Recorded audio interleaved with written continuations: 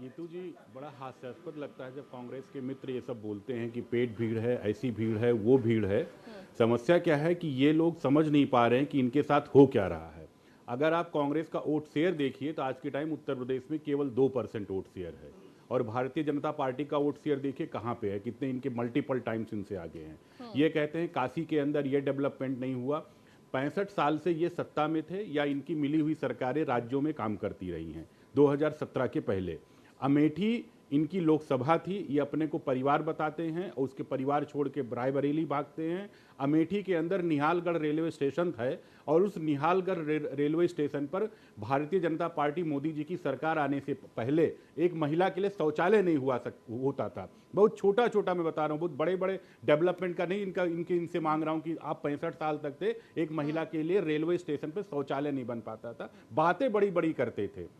इन्होंने मालविका इंडस्ट्रीज वहाँ पे थी, वहाँ किसानों के लिए कहा कि भैया आप ज़मीन दे दीजिए, हम आपको नौकरी देंगे। अरे नौकरी छोड़िए, ज़मीन का मुआवजा तो छोड़िए, इंडस्ट्री बंद हो गई उनकी। वो किसी तरीके से जब भारतीय जनता पार्टी मोदी जी की सरकार आई, स्मृति ईरानी जी वहाँ से सांसद बनी, उसके बाद में चुनाव हारने के बावजूद भी उन्होंने वहाँ पर मेहनत करके तब किया।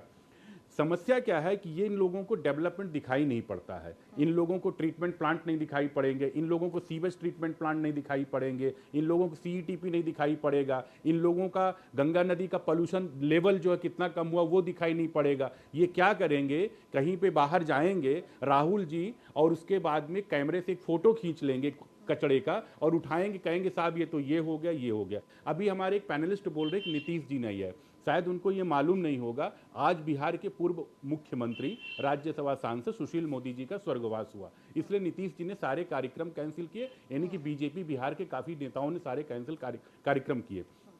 तो इन लोगों को छोटी छोटी घटनाओं तो नज़रअंदाज कर देते हैं, लेकिन जब डेवलपमेंट की बात आती है, मोदी जी की बात आती है, तो इनके पास एक विजन डॉक्यूमेंट नहीं कि पूरे हिंदुस्तान को हम इतनी ट्रिलियन इकोनॉमी कैसे बनाएंगे, वर्ल्ड पावर कैसे बनाएंगे, सांस्कृतिक राष्ट्रवाद कैसे हम बढ़ाएंगे। इनके पास में पूछिए कि मोदी जी की सरकार आने के पहले काशी विश्वनाथ का जो कॉरिडोर था, कितने छोटे कॉरिडोर क्या कह सकते हैं, उसमें था कि आप जानी जवाब ले लीजिए। तब तो ये कह रहे थे राम मंदिर है, राम का, अरे सुन लीजिए, नहीं सुन लीजिए, राम का ना अस्तित्व ये मानते थे, ना ये शंकर का अस्तित्व मानते थे।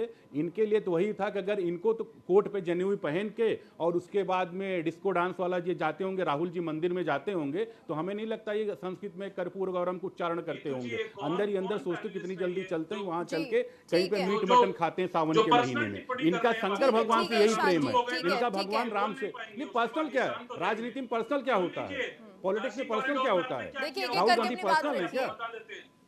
आप अमेठी लोकसभा नहीं कर पा रहे हैं, आप इनसे बताइए। ईशान जी नहीं, पर्सनल क्या होता है, राजनीति में कुछ पर्सनल नहीं होता है। सब